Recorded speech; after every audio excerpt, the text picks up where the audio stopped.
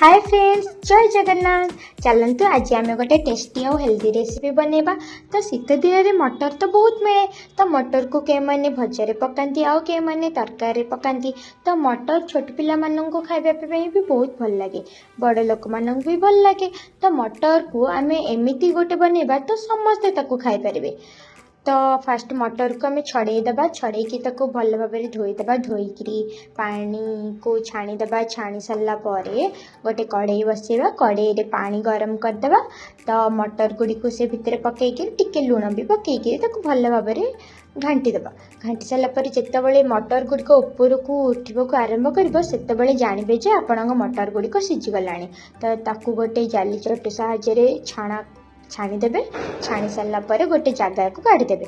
जगह को काढ़ी सारापर ताकू आपण चुनचुना करिकी चकटी पारे।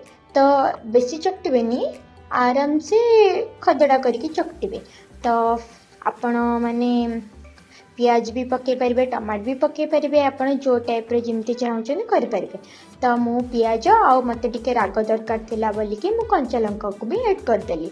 तो फास्ट मटर उपरे पियाज पकईदेली, ताऊपर कंचा लंका पकईदेली, आरारूट पाउडर, बेसन आउ जी आपणकर मसला गुंड सब अच्छी, माने जेमितिक हल्दी गुंड, मर्च गुंड, तापरे मर्च गुंड, तो गरम मसला पकई पारे, आउ मीट मसला भी पकई पारे। तो गरम मसला मु जीरा गुंड टे पकईदेली, आउ लुण पकईदेली, अदा रसुण पेस्ट बाटिकी रखी। तो से सब पकई सारापर धनिया पत्र पकईदेली। ताकू सुखा सुखा करके आपण चकटे जमीक आमको गोल टाइप करार अच्छी से। तो मत टे काठुआ काठुआ लगे, तो से मुझे पानी पकईली। पानी पकईकि भल भाव अटा चकटिला बेला चकटिदेली। अटा चकटि सारापर गोल गोल करी रखीदेली। तो 5-10 मिनट पर्यंत घोड़े रखीदेली। घोड़े रखी सारा उठे काढ़ी। काढ़ी सारापर टिके तेल हाथ होगली। तेल हाथ होकर आपन भी तेल हाथ होकर करें, कहीं यहाँ टे ओदालिया थाए ना, हाथ में लगिज। तो तेल हाथ होगले आराम से ये बाहरी पार। तो आपड़ जो टाइप सेप चाहते से टाइप सेप दे पारे। तो मत टे स्क्वेयर टाइप भल लगे, तो मुझे स्क्वेयर टाइप करदेली। आपण मानू जो टाइप भल लगे आप सेमती करें। देखो मुझे सब को स्क्वेयर स्क्वेयर कर रखीदे। तो सबूक स्क्वेयर स्क्वेयर कर रखीदेवी। तो देखो मुझे सब गुड़िक स्क्वेयर स्क्वेयर कर रखी। तापर कड़े बसईदेली, पुणी थे तेल पकईली। तेल को हाई फ्लेम रखी सारी। तो हाई फ्लेम रखला टे गरम होगला तेल को सबूक कबाब सेप जो काट करी से सबको से भितर पकईदेली।